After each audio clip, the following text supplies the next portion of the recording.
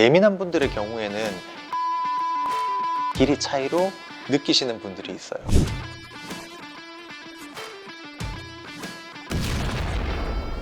다리를 꼬지 말자.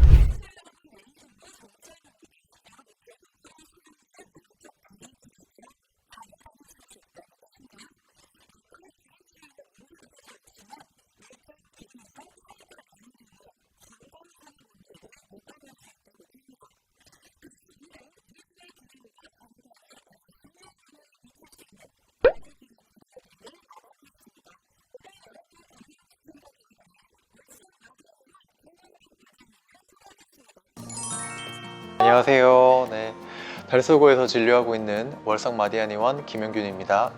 네, 반갑습니다. 네, 맞습니다.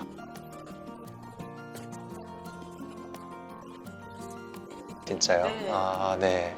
제가 게으름 피운다고 조금 늦었습니다. 네, 죄송합니다.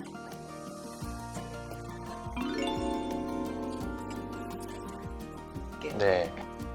글자 그대로 풀었으면 다리 길이가 부동하다, 즉 같지 않다라는 뜻입니다. 거울 보면 대부분의 사람들이 얼굴도 좌우가 조금씩 차이가 나잖아요. 다리 길이도 양쪽이 같지가 않고 차이가 나는 경우가 많습니다.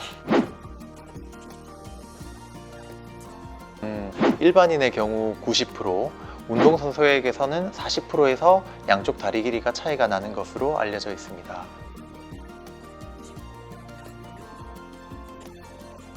그렇죠. 그렇죠. 대부분은 조금씩은 차이가 난다는 얘기죠.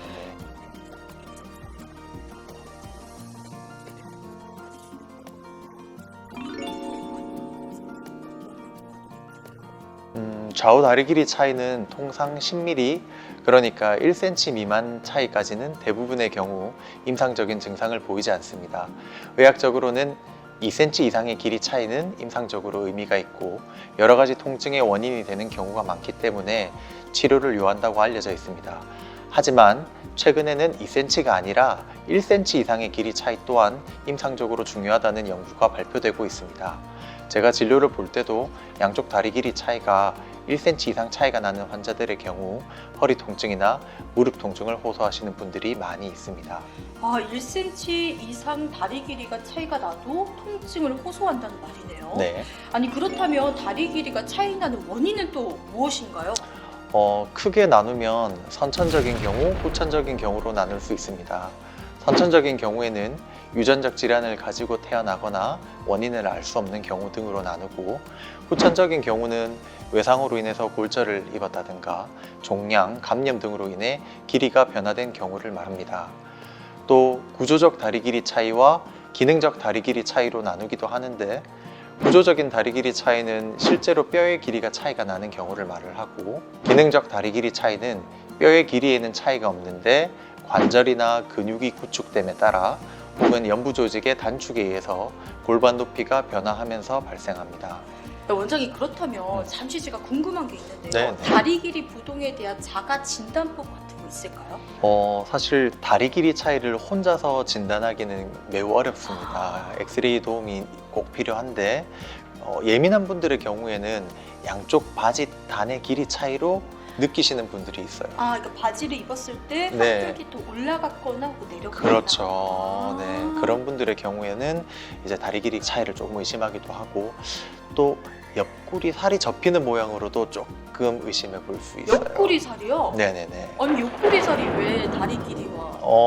골반이 올라간 쪽이 조금 옆구리 살이 접히는 듯한 느낌이 들 수 있어요.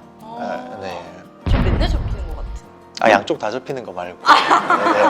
한쪽만. 네, 한쪽만. 한쪽만. 네. 여러분, 한쪽만이라고 네. 합니다. 네. 네. 알겠습니다.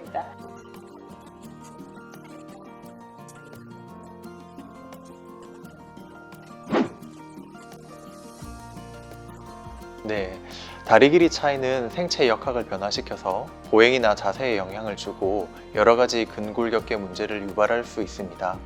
절뚝이면서 걷는다든가 허리 통증, 고관절, 무릎, 발목 통증을 유발할 수 있습니다. 또 기능적 척추 측만증을 유발할 수 있습니다.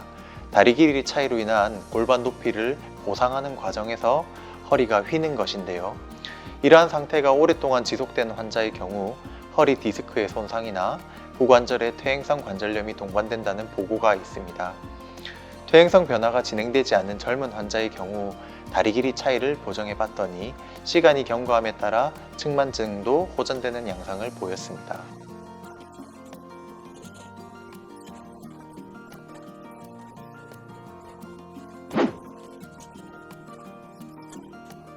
다리 길이 차이를 언제 치료해야 하는지에 대한 통일된 기준은 없지만 다리 길이 차이가 얼마나 나는지, 환자가 얼마나 불편함을 느끼는지를 고려해서 결정을 합니다.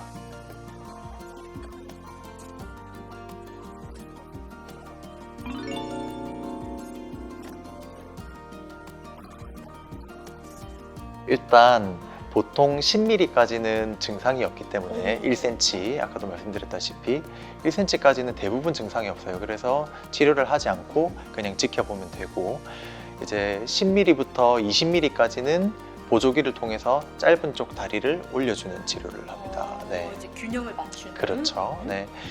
다리 길이 차이가 20mm, 2cm를 넘어가게 되면 보조기를 사용하면 보조기를 사용한 쪽의 발목의 기능이 떨어지고 보조기 없이는 일상생활을 하기가 어렵기 때문에 수술적인 치료로 다리를 늘려주는 방법을 선택하게 됩니다. 소아의 경우에는 6mm 이상만 차이가 나도 증상이 있다는 연구가 있는데 어느 정도 차이를 우리가 병적인 것으로 볼지는 통일된 기준은 없습니다. 다리 길이 차이가 있는 환아의 경우 6개월에 한 번씩 엑스레이를 통해서 경과를 관찰해 보는 것이 좋습니다. 수술적 치료가 필요한 경우 환아의 나이와 성인이 되었을 때 예상되는 키, 현재 다리 길이 차이를 고려해서 수술 방법과 시기를 결정합니다.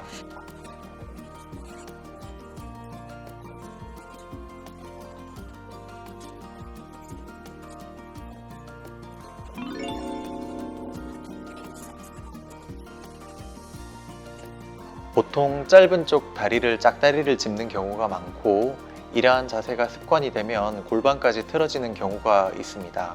그러니까 짝다리를 짚거나 또 다리를 꼬고 앉는 행동은 좀 주의하시는 게 좋을 것 같습니다.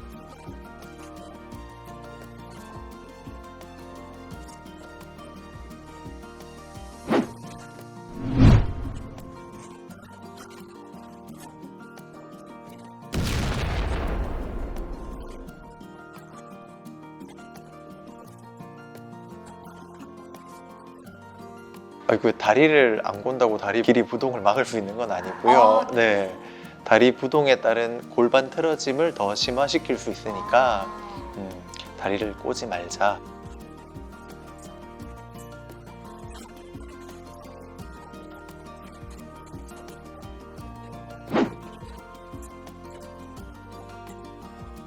앞서 말씀드린 것처럼 일반인 대비 운동선수의 경우 다리 길이 차이를 보이는 비율이 훨씬 줄어듭니다.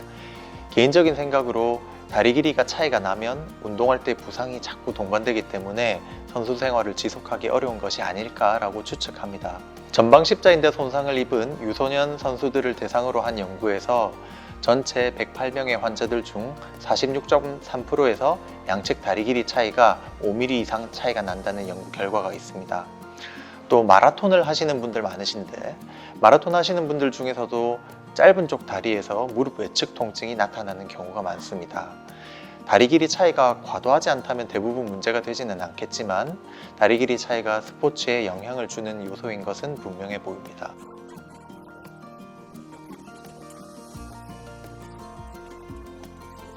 악화될 수 있다. 네. 그런 말씀이시군요.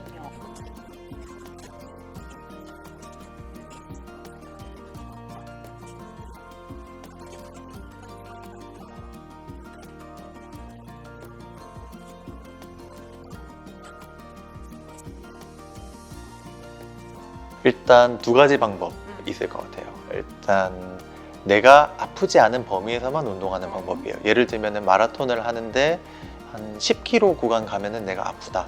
그러면 5km만 뛰는 거예요. 네. 취미 생활을 좀 내가 감내할 수 있는 정도로 하는 경우. 그리고 다리 길이 차이는 결국 서 있을 때만 영향을 받는 거잖아요. 그러니까 서서 하는 운동이 아닌 경우에는 영향을 안 받아요. 예를 들면 수영 같은 게 대표적인 거겠죠. 마라톤보다는 수영으로 취미 생활을 한번 바꿔보시면 다리 길이가 차이가 있더라도 부상 없이 운동할 수 있는 방법이 되지 않을까.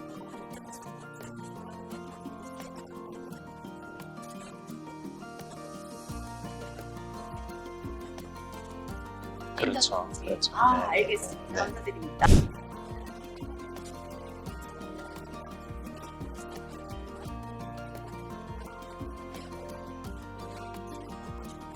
네, 오늘 다리 길이 차이에 대해서 말씀드렸는데요. 다리 길이 차이로 고생하시는 환자분들이 생각보다 흔하게 진료실에서 만날 수 있습니다. 특별한 외상이 없고 엑스레이 찍어봤는데도 MRI 찍어봐도 다 괜찮다고 하는데 허리나 고관절, 무릎 등 다양한 통증으로 내원하십니다. 그 원인이 다리 길이 차이에 있는 경우가 의외로 많거든요. 또 반복적인 통증이 있다면 꼭 가까운 정형외과에 가서 확인해 보시길 바랍니다.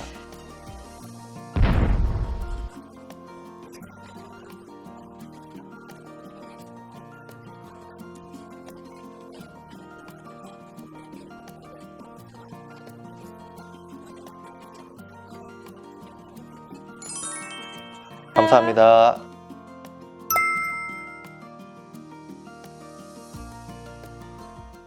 이번 소식도 유익하셨나요? 매일신문 구독하기로 신속하고 정확한 정보를 받아보실 수 있습니다.